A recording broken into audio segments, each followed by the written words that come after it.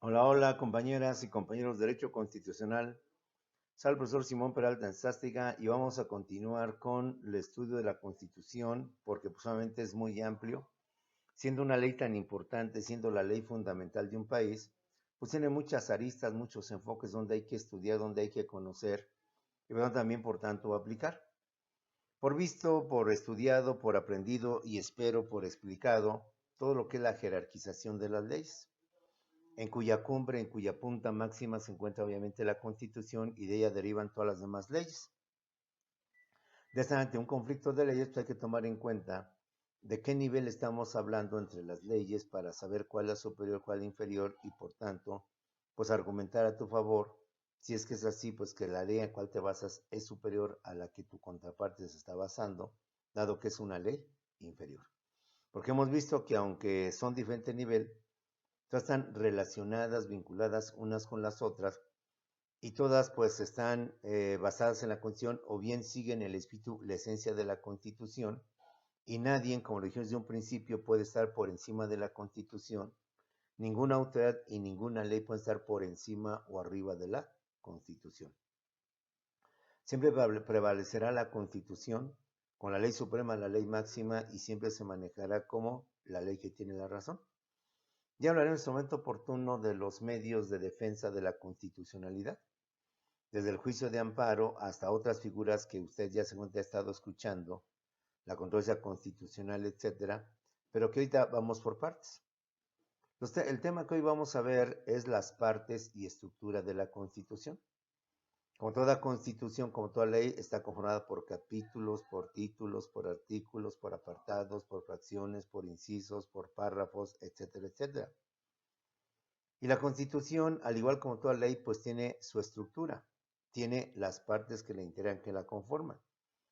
Y es fundamental que usted tenga mentalizado cuáles son las partes, cuál es la estructura de la Constitución, que tenga más o menos preciso de qué artículos a qué artículo reglamenta tal, y sobre todo en las garantías individuales o derechos humanos, pues tenga bien definido que el artículo tercero se refiere a la educación, que el artículo quinto se refiere a la libertad de trabajo, que el artículo octavo se refiere a lo que viene siendo derecho a petición, el artículo noveno a lo que es la libre asociación y así por el estilo.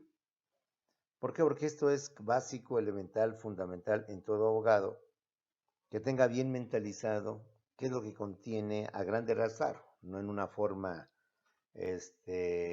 robótica, con puntos y comas, el contenido de cada artículo, pero sí la esencia de cada artículo. ¿Sí? Artículo tercero, educación. Artículo quinto, libertad de trabajo. ¿Sí? Artículo sexto, libertad de expresión. Séptimo, libertad de imprenta. Octavo, derecho de petición. Noveno, libertad de asociación. 12, prohibición de títulos nobiliarios, nada de condes, vizcondes, príncipes, que eso no existe en nuestro país.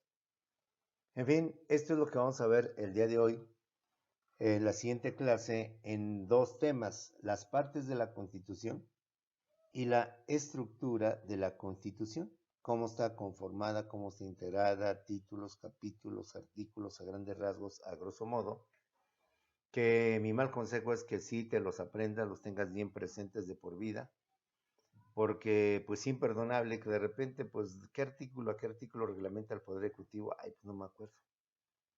Y los artículos que regulan el poder legislativo, diputados, senadores, pues creo que son como por el 70 o el 40, no recuerdo, ¿eh?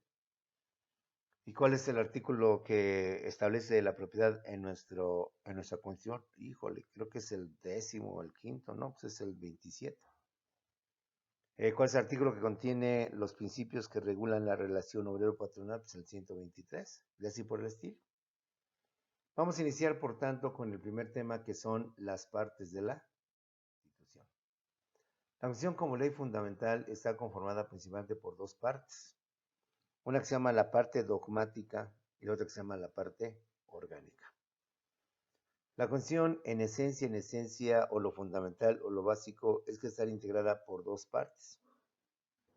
La parte dogmática y la parte orgánica. ¿Sí? Entonces, esto no se te olvide, la Constitución está formada por dos partes, la parte dogmática y la parte orgánica. ¿Cuál es la parte orgánica? La parte orgánica consagra los derechos humanos y las garantías individuales que deben de tener todas, absolutamente todas las personas. Y que la autoridad debe de mantener, de reconocer y de respetar.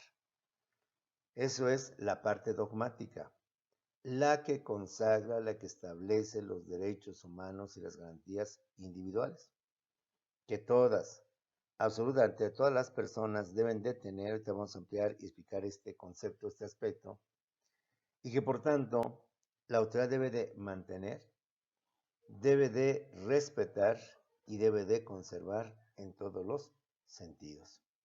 Eso es lo importante de la parte dogmática, que tiene lo relacionado con los derechos humanos y las garantías individuales. Cabe aclarar que durante mucho tiempo, todavía en mis tiempos, se hablaba de las garantías individuales y no de los derechos humanos. Aunque los derechos humanos son más bien un concepto de décadas recientes, de momentos contemporáneos. En mis tiempos, años 70, 80, se hablaba nada más de garantías individuales. Todo el término derechos humanos no estaba fortalecido, todavía no se manejaba como ahora se maneja. Y hubo un momento en que se discutía si derechos humanos y garantías individuales eran lo mismo o representan lo mismo. Para algunos autores, derechos humanos y garantías individuales son lo mismo. Simplemente son los diversos nombres como se conocen a este tipo de derechos que tienen todas las personas. Pero para otros autores, pues nos dicen que derechos humanos y garantías individuales son conceptos completamente diferentes, aunque son complementarios, se complementan, se apoyan. Por tanto, la tarea, como vemos ya desde ahorita, es que me precises la diferencia en lo que son los derechos humanos y las garantías individuales que aquí vamos a ver, pero que obviamente quiero que tú investigues más, ahondes más, sobre si son lo mismo o son cosas diferentes. Bueno, entonces nos queda claro que la Constitución está conformada principalmente por dos partes, una parte dogmática y una parte orgánica. La parte dogmática consagra los derechos humanos y las garantías individuales, que deben tener todas, absolutamente todas las personas, y que la autoridad en consecuencia debe de respetar, debe de mantener y debe de conservar. ¿Qué son los derechos humanos? Para entenderlos hay que partir de la base de derechos humanos, pues en lo personal me sumo a aquellos quienes sostienen este aspecto. Son cosas completamente diferentes, derechos humanos y garantías individuales, aunque se complementan. Aunque son diferentes, pero se complementan. Los derechos humanos son los derechos básicos o fundamentales que todas las personas, absolutamente todas las personas, deben de tener y que la autoridad debe de mantener y debe de respetar. Por el simple hecho de ser un ser humano, de pertenecer a la raza humana, por el simple hecho de ser de la especie humana, todos, absolutamente todos, tenemos esos derechos humanos. Es algo que existe en el hombre, que viene con el hombre, inclusive es algo innato al hombre. Que el hombre, así como trae brazos, trae piernas, trae ojos, también trae esos derechos. Los derechos humanos son los derechos básicos, primordiales, fundamentales, que todas las personas, absolutamente todas las personas, deben de tener y que la autoridad, por tanto, debe de mantener y debe de respetar. Estos derechos los tienen absolutamente todas las personas sin importar su edad ni su estado civil. Lo tienen los niños, los infantes, los pubertos, los adolescentes, los jóvenes, los adultos, los maduros, los de la tercera edad, los viejos, los senectos, los ancianos y los longevos. Lo tienen lo mismo los solteros, los casados, los viudos, los divorciados, los dejados, los solterones, los que tú quieras, todos. Es decir, no hay ninguna excepción por la cual se diga, es que como tú eres mujer, tú no tienes derechos humanos. Es como tú eres un niño, un infante, pues aún no tienes derechos humanos. Es porque tú como niña, pues no tienes tampoco derechos humanos, ¿no? Todas las personas, absolutamente todas, por el simple hecho de ser un ser humano, de ser un ser que pertenece a la raza, a la especie humana, por ese simple hecho, nada más por eso, tenemos esos derechos básicos, son los derechos humanos. sin excepción alguna, sin importar la edad, sin importar el estado civil. Si somos solteros, casados, viudos, dejados, divorciados, separados, no importa. Tú los tienes, porque eres un ser humano. Sin importar tu edad. Recuerda que la psicología nos habla de varias etapas evolutivas del ser humano que van desde lo que es la infancia para pasar a lo que viene siendo la niñez. De la niñez pasamos a lo que es la pubertad.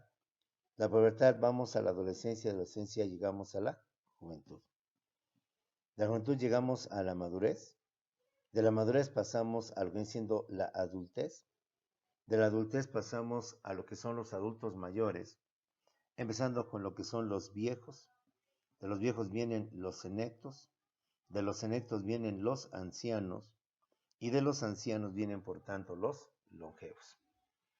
Que para muchos autores la longevidad es a partir de los 90 años, y para otros más la longevidad es a partir de los 100 años, de los 90 años en adelante, de los 100 años en adelante.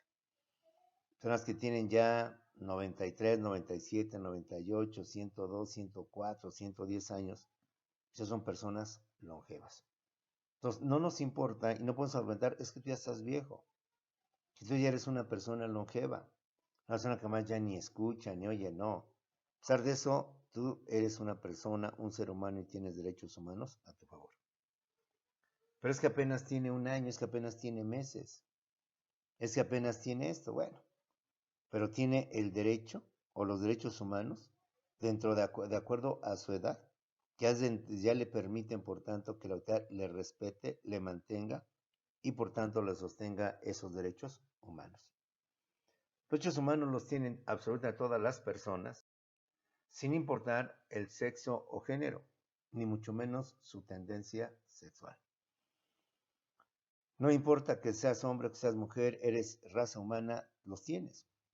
No importa tampoco si eres gay, si eres homosexual, si eres lesbiana, si eres travesti, si eres transgénero, si eres bisexual, si eres metrosexual o tantas otras tendencias sexuales.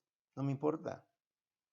Porque para el derecho y obviamente para lo que se trata de buscar la defensa y protección del ser humano, lo que me interesa es que eres un ser de carne y hueso, un ser vivo, un ser biológico, un ser que respira, un ser que come, un ser como todos los seres vivos. Que lo demás, que seas hombre, sea mujer, es lo de menos. De todos eres especie humana. Por tanto, esos derechos los tienes tú. Aquí no se vale que no los tienes porque eres un homosexual, porque eres una lesbiana, porque es un travesti, porque es un transgénero, que eres, como dicen muchos, eres una aberración de la naturaleza, que no lo es, pero bueno, para tratar de ser explícitos. Que eres un monstruo de la naturaleza. Pues serás monstruo de la naturaleza, serás aberración de la naturaleza, pero los derechos humanos los tienes, te protegen, te amparan, te llevan a cabo, porque son para todos, sin excepción alguna, sin condición alguna, sin límite alguno. El único es, eres un ser humano, los tienes. Eres y perteneces a la especie humana, a la raza humana, los tienes. No importa lo demás, no importa el traje, me importa simplemente lo que es un ser vivo, un ser biológico. El hecho de que seas lesbiana, el hecho de que seas gay o homosexual, no impide o no debe de haber una razón para que por ello se te discrimine, se te haga a un lado, no se te limiten o no seas, por tanto, objeto de algún derecho humano que te defienda, que te proteja. De esta manera, los derechos humanos no nos importa ni el sexo, el género, hombre o mujer, ni mucho menos nos interesa la tendencia sexual que llegue a tener la persona. Simplemente eres un ser humano y son derechos tuyos. Es que seas travesti, transgénero, que seas homosexual, que seas lesbiana, que seas lo que seas, eso no impide y eso no te quita tu carácter de ser humano, de ser un ser vivo, y en consecuencia eso no te quita que estés revestido de los famosos derechos humanos. De igual manera, los derechos humanos son para todas las personas sin importar la raza, el color, ni mucho menos la nacionalidad. Si eres negro, si eres blanco, si eres amarillo, como se dice, o moreno de los americanos, Si eres de Europa, eres de África, eres de América, eres de Asia, simplemente eres humano. Eres un ser vivo, que por tanto la ley te protege, la autoridad te debe de proteger sin condición, sin límite alguno, sin discriminación alguna. Que porque eres negro, porque eres amarillo, eres asiático, porque eres de Cuba, que porque eres de un país árabe, que porque eres de Estados Unidos, que porque eres de Japón o de China, aquí en Occidente, en Estados Unidos, te vamos a despreciar, te vamos a malmirar, te vamos a hacer a un lado, no, porque esa persona, sea lo que sea, o tenga lo que tenga, pues es un ser humano. Y como ser humano, pues entonces hay que protegerlo, hay que ayudarlo y hay que darle justamente eso, los famosos derechos humanos. Entonces, el derecho humano es un concepto muy amplio, un concepto universal, que te abarca sin ninguna excepción, sin ninguna condición, sin ningún límite, a todo aquel que pertenece o que es un ser vivo, un ser biológico, pertenece a la raza humana, a la especie humana, como lo quieras manejar. De igual manera, los derechos humanos son para todas las personas, sin importar su creencia religiosa. Son cristianos, pertenecen al Islam, al hinduismo, son budistas, el taoísmo de Japón, pertenecen al judaísmo, simplemente tú eres un ser humano. Es más, no importa que seas ateo, que no creas ni en Dios. El hecho de que no creas en Dios, de que te consideres una persona atea, esto no impide que te veamos como un ser humano y que por tanto estés protegido y amparado por los derechos humanos. Ante todo, eres un ser vivo, eres un ser biológico, eres un ser por tanto que tienes los derechos humanos a tu favor. Cristiano, no cristiano, católico, no católico, evangelista,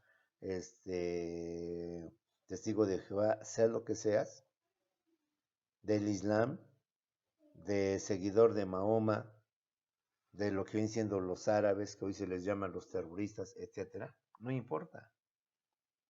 Simplemente tus creencias no van a ser obstáculo para que yo te limite, para que yo te discrimine, para que yo, autoridad, gobierno o leyes, en un momento determinado pueda hacer excepciones contigo. De esa manera, como puedes ver, no nos importa la creencia religiosa de las personas, para que de esta manera tengan a su favor, incluso, vuelvo a repetir, hasta los ateos.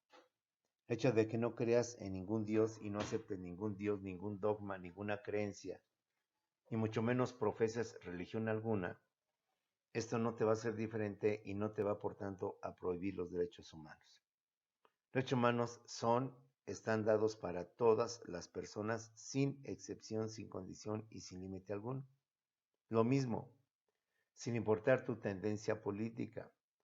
Si eres capitalista, eres socialista, eres imperialista, eres comunista, eres neoliberal, eres anarquista, eres cualquier tendencia política que persigas o que pretendas llevar a cabo, anarquismo, sindicalismo, comunismo, socialismo, capitalismo, imperialismo, todas aquellas corrientes económicas o tendencias políticas, no van a impedir que tú no goces de los derechos humanos. Ante todo, eres comunista y capitalista. ¿Qué tienes en común? Pues que son lo mismo, son seres humanos, pueden ser la especie humana, son seres vivos, seres biológicos. Entonces, tus ideas, tu pensamiento, no va a ser motivo para que yo te limite, para que yo te prohíba, para que yo te condicione tus derechos, que por el simple hecho de ser un ser humano te los damos.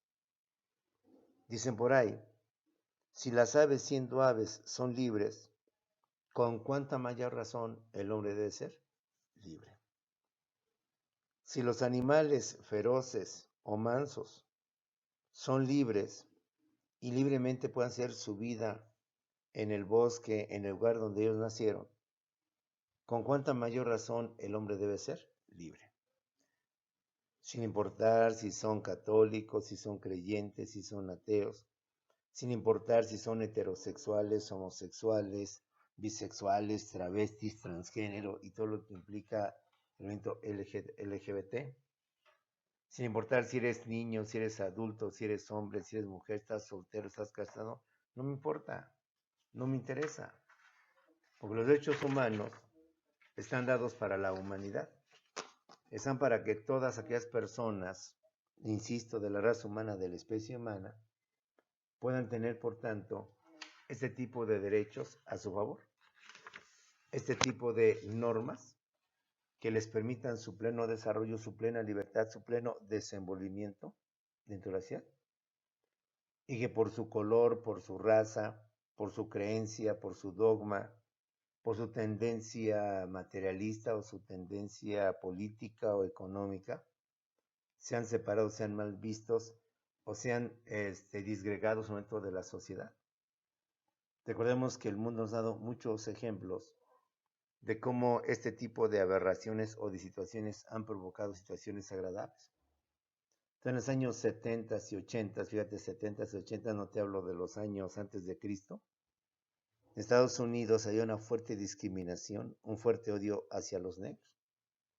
Entonces, en el 68, en la Olimpiada, donde México fue anfitrión, hubo, con motivo de la premiación a atletas norteamericanos negros que habían ganado medalla de oro, hubo actos de protesta por el racismo que se manejaba en ese país. El hecho de que seas indígena, porque si bien aquí en México no tenemos negros, no somos racistas, pero tenemos indígenas y somos muy excluyentes con ellos.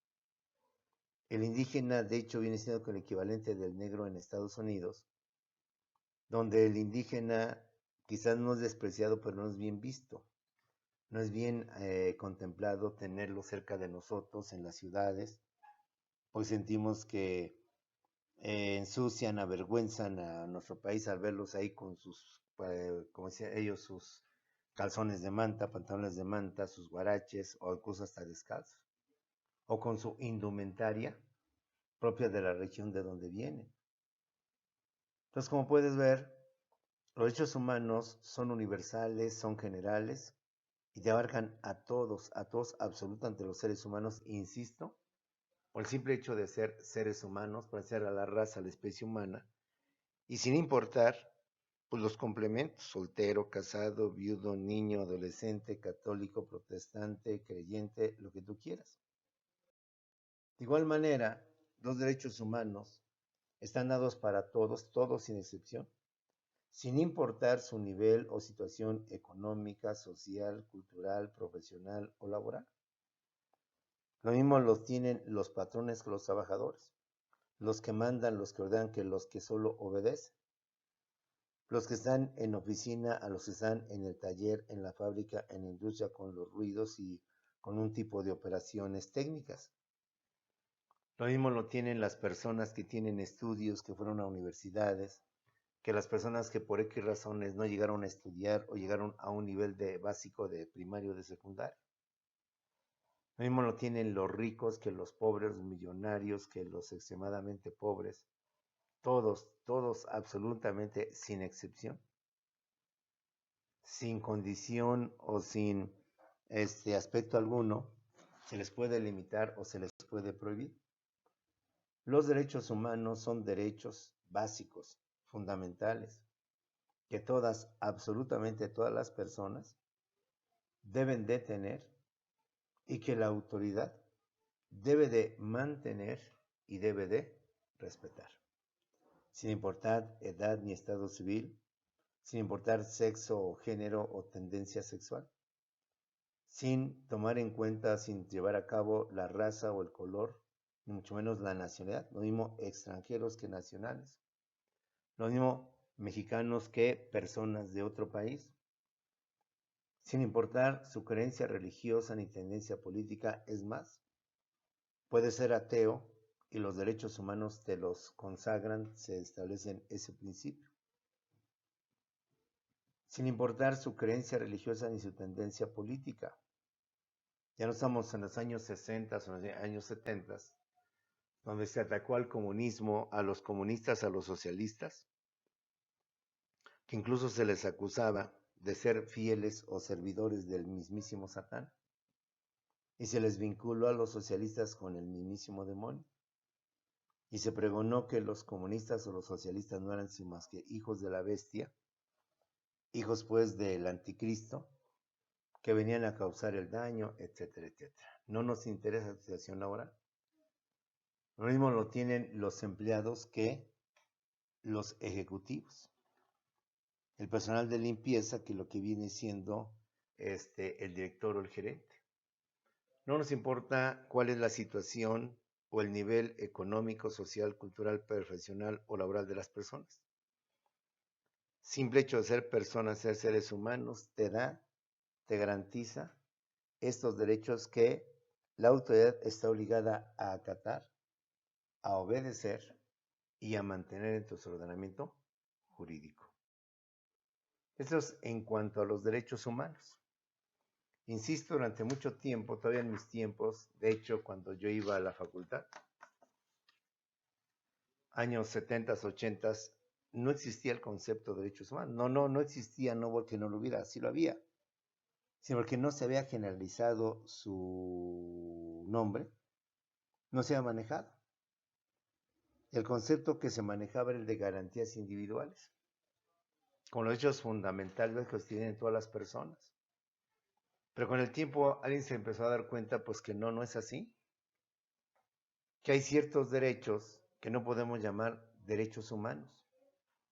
Es las prerrogativas que tienen algunas personas, pero que no tienen todas las personas, sino que solamente una parte de la sociedad, una parte de la población, que son los ciudadanos, son los que pueden tener esos derechos y que las demás personas no los pueden tener. Ejemplo, el derecho a votar y ser votado en nuestro país es un derecho que solo le corresponde a los mayores de edad, a las personas que tienen 18 años en adelante. Por tanto, los menores de 18 años no tienen este derecho de votar y ser votados. Por tanto, no es un derecho humano, es una garantía individual. De igual manera, los extranjeros tampoco. Son seres humanos. Pero dada su condición de extranjero, los extranjeros no pueden votar ni ser votados en las elecciones que solo le corresponden a los mexicanos y solamente es algo de los mexicanos. De igual manera, nosotros los mexicanos no podemos participar y votar en las elecciones de Estados Unidos para presidente.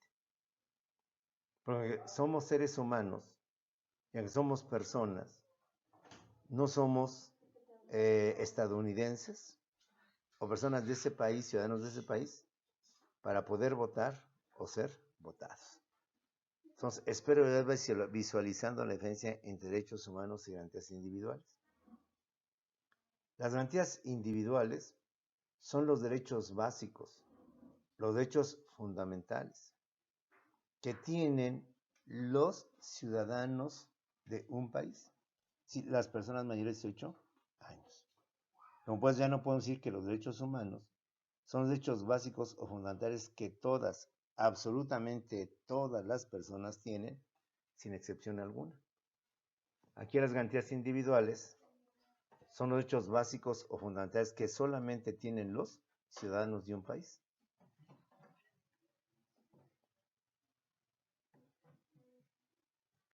Bueno, en resumen, por tanto, como las garantías individuales solo pertenecen a una parte de la población, no a la totalidad de la población, cosa que sí pasa con los famosos derechos humanos. Por eso yo te decía que pues me sumo más bien, y de hecho la mayoría de los autores son los que sostienen esta parte, de que derechos humanos y garantías individuales pues no son lo mismo. Reitero porque algunos autores, de hecho que sean que vienen siendo lo mismo, y como estamos viendo pues en esencia no son. Las garantías individuales solamente son aquellos derechos, sí, fundamentales, básicos como los humanos, pero que solamente tiene una parte de la población, es decir, los ciudadanos, las personas mayores de 18 años, pero que son complementarios a lo que vienen siendo los derechos humanos, compañeros. Vamos a mencionar algunos ejemplos para que nos quede más clarito esta situación. El artículo 8 constitucional establece el derecho de petición, donde consagra que todos los mexicanos podemos pedirle a la autoridad información sobre su proceder y que la autoridad está obligada a darnos esa información. Sin embargo, el artículo 8 consagra el derecho de petición para solicitar a las autoridades. Pero en materia política, solo podrán hacer uso de ese derecho los ciudadanos de la República. Como puedes ver, ya no podemos manejar que esto es un derecho humano, sino que es una garantía individual. ¿Por qué? Porque es un derecho que no cualquier persona puede tener. Ejemplo, los menores de edad no pueden tener este derecho porque ellos no son ciudadanos. Acuérdate la diferencia entre los ciudadanos, es decir, todos los mexicanos, todos los ciudadanos somos mexicanos, pero no todos los mexicanos somos ciudadanos. Porque para ser ciudadano mexicano requerimos no solamente tener vida, poder respirar, poder tener una capacidad, sino necesitamos tener la mayoría de edad, que son los 18 años. Y como te decía, todavía en los años 60, por el gobierno de Díaz Ordaz del 68, no, del 64 al 70, hasta antes de Díaz Ordaz, la mayoría de edad se cumplía hasta los 21 años. Y hoy la mayoría de edad, a partir del Gustavo Díaz Ordaz, el asesino, se estableció en 18 años. Y del 64 al 70 ya han pasado muchos años para que se mantenga esto. Hoy, de hecho, usted lo sabe que se pone mucho en entredicho los 18 años.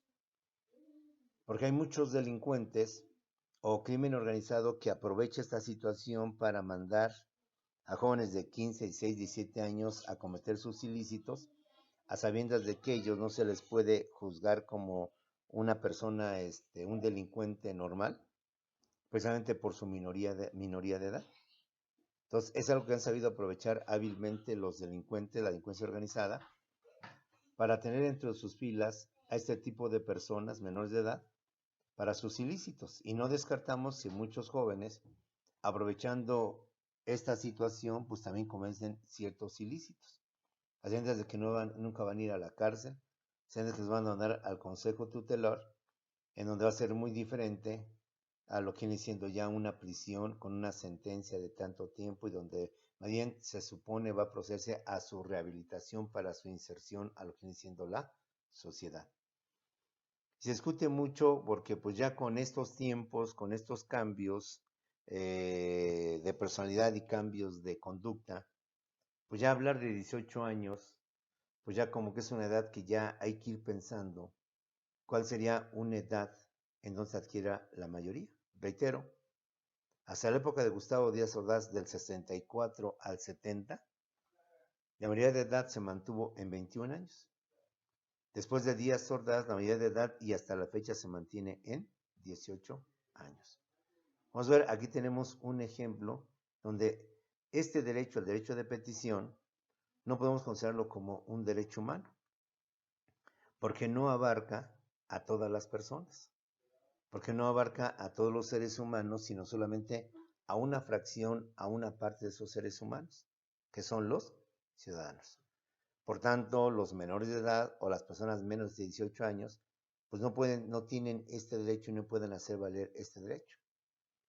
De igual manera, al hablar de los ciudadanos de la República, por lógica quedan exceptuados o quedan fuera los extranjeros.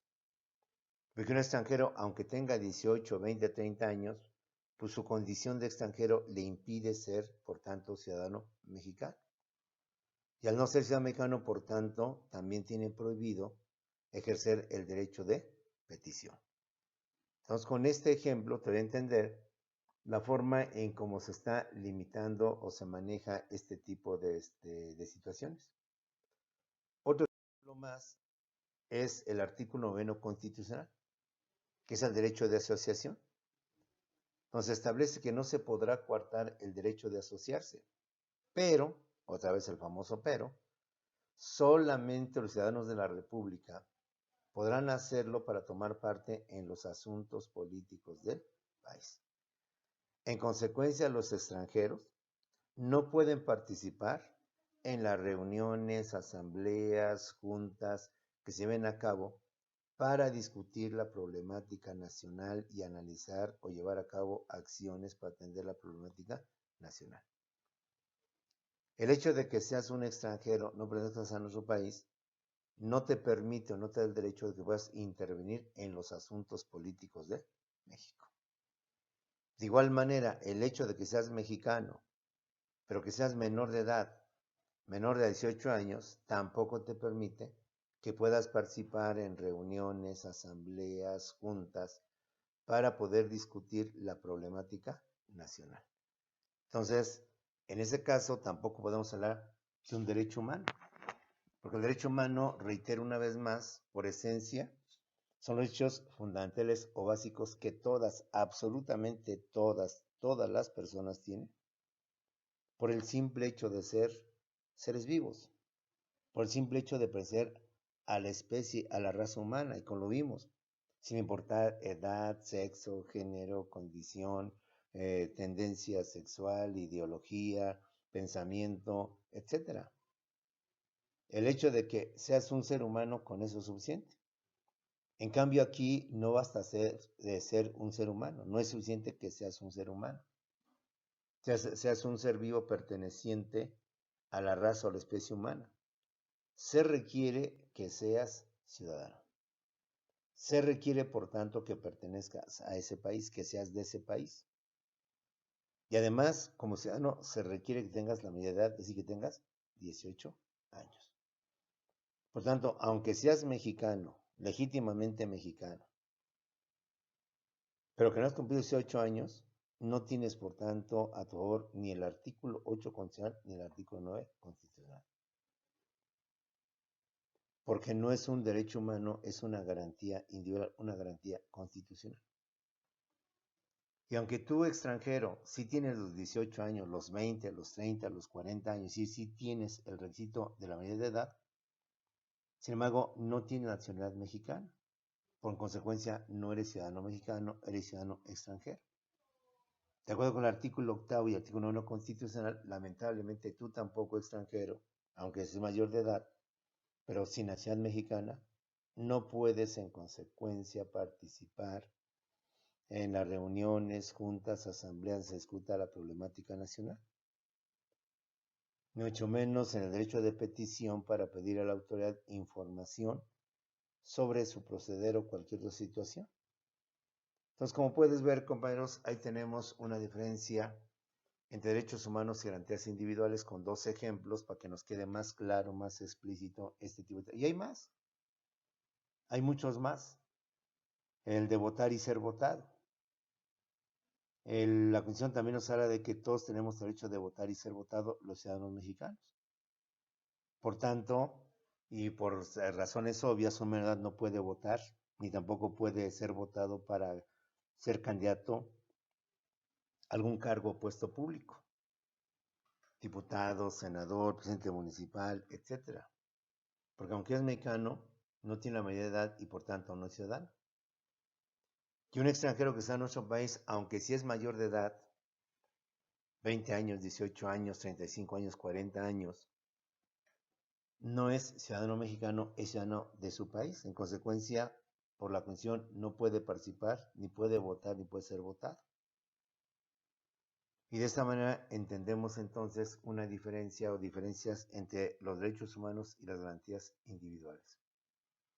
La tarea, la reitero, de esta semana, que ahorita la vamos a comentar en Zoom, es justamente que me busques diferencias, espero encuentres tú otras, entre derechos humanos y garantías individuales, o bien asumas la postura y nos des tus argumentos, tus razones, tus fundamentos, por las cuales sostienes que derechos humanos y garantías individuales pues son lo mismo, que son iguales o que simplemente son diversos nombres con que se conoce a lo mismo. Pero bueno, ahí te lo dejo de tarea. Estos compañeros de derechos humanos y garantías individuales es del punto de vista político. La diferencia entre derechos humanos y garantías individuales. Podemos decir que los derechos humanos son el género, pues pertenecen o abarca a todos los seres humanos sin excepción, a todos los seres vivos en su carácter de pertenecientes a la raza o la especie humana. Por tanto, son el género. En cambio, las garantías individuales son la especie, pues estas pertenecen solamente a los ciudadanos de un país, es decir, a una fracción, a un sector determinado de la población y no al total de la población. ¿Sí? Consecuencia, los derechos humanos son el género, pertenecen a todos los seres humanos, garantías individuales son la especie, pertenecen únicamente a los ciudadanos de un país. Recuerda que la primera vez que se habló de derechos humanos fue con motivo de la llamada Revolución Francesa en 1789, cuando los plebeyos o el pueblo, el famoso tercer estado, decide acabar con la monarquía, con los monarcas, la dinastía de los Luises XIV, XV y XVI, y su esposa María Antonieta. Al tomar la Bastilla, se marca como un hecho icónico y se acaba con el régimen de la monarquía, de una sola autoridad con poderes absolutos y totales. Días posteriores al triunfo de la Revolución Francesa, recuerda que estas personas expidieron un documento que se considera como el fundamento de los derechos humanos, la famosa Declaración Universal de los Derechos del Hombre y del Ciudadano. La famosa Declaración Universal de los Derechos del Hombre y del Ciudadano.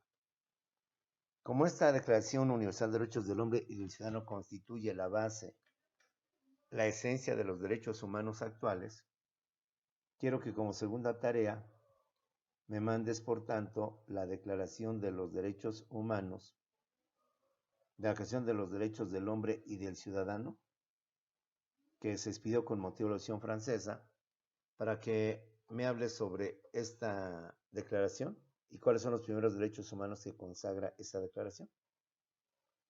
Inconscientemente o indirectamente, esta declaración de los derechos, Declaración Universal de Derechos del Hombre y del Ciudadano, ya nos hablan de esta diferencia. Al hablar de la Declaración de los Derechos del Hombre, nos habla de los derechos humanos. Y del ciudadano ya nos habla de las garantías individuales. Consciente, inconscientemente, directa o indirectamente, ya desde aquí se podemos observar dos conceptos: derechos humanos y garantías individuales. Derechos humanos para todos los seres humanos, perdón por la redundancia, y garantías individuales únicamente para los ciudadanos. En materia política, en materia de derecho constitucional, así se manejan derechos humanos y garantías individuales. Sin embargo, en materia civil también se manejan otro tipo de conceptos. Los derechos humanos en materia civil son equivalentes a los derechos subjetivos públicos. Recuerda que en derecho civil se habla de las diversas connotaciones de la palabra derecho. Se habla del derecho público y del derecho privado, del derecho positivo y del derecho vigente, del derecho natural y del derecho positivo, del derecho público y privado, ya lo dijimos, derecho sustantivo y el derecho adjetivo, del derecho objetivo y del derecho subjetivo. Y el derecho subjetivo hace alusión a los derechos que tienen los sujetos, que tienen las personas.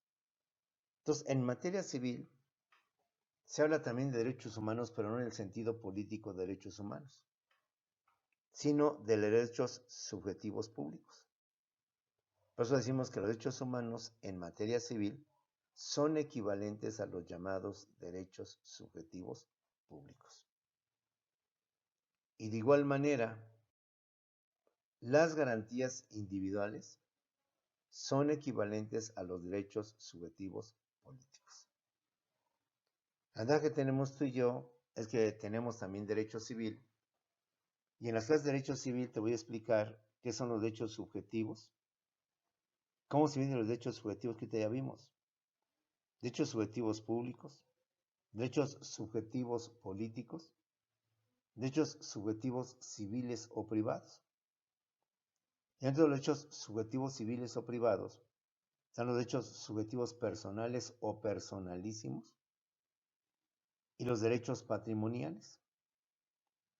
Y dentro de los derechos patrimoniales tenemos a los derechos reales y a los derechos de crédito. Por tanto, en materia política y en materia de derecho constitucional, hablamos de derechos humanos y de garantías individuales. En derecho civil, cuando hablamos de derechos subjetivos, de los derechos de los sujetos que tienen las personas, entonces, en lugar de hablar de derechos humanos, ahí les damos el nombre de derechos subjetivos públicos. Y cuando hablamos de garantías individuales en materia civil, más bien empleamos el término derechos subjetivos políticos. Ya en derecho civil, como te dije, tenemos la ventaja, te voy a desglosar estos conceptos, no es un galimatías, no es un juego de palabras entre tantos derechos subjetivos. Simplemente entender que los seres humanos, los sujetos, en materia civil tenemos derechos. Los derechos que tenemos las personas para reclamar, para solicitar, para exigir el cumplimiento de una obligación o el pago de una prestación, se conocen como los derechos subjetivos. Entonces, los derechos que tú y yo tenemos para reclamar, para solicitar, para pedir, el cumplimiento de una obligación o el pago de una prestación, llamamos derechos subjetivos en materia civil. Y esos derechos se dividen en dos, los subjetivos públicos, en tres, subjetivos públicos, subjetivos políticos y subjetivos civiles. ¿Sí?